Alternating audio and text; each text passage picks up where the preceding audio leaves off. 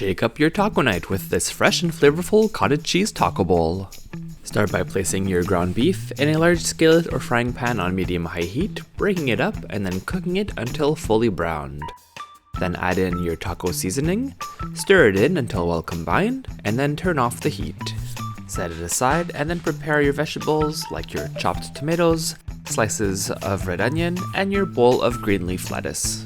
This recipe gives 2 large bowls, so you can divide the beef mixture in the 2 bowls with the green leaf lettuce, and on top of that, place half a cup of cottage cheese in each bowl. Then you can really garnish with whatever you'd like some grated cheese, your sliced red onion, chopped tomato, and then finish it off with some fresh avocado slices and freshly chopped cilantro. Give it a nice squeeze of fresh lime juice on top and you're ready to enjoy. Find the full recipe at FrenchCousinCook.com, click on the icon to subscribe to our channel, and on the video for more recipes.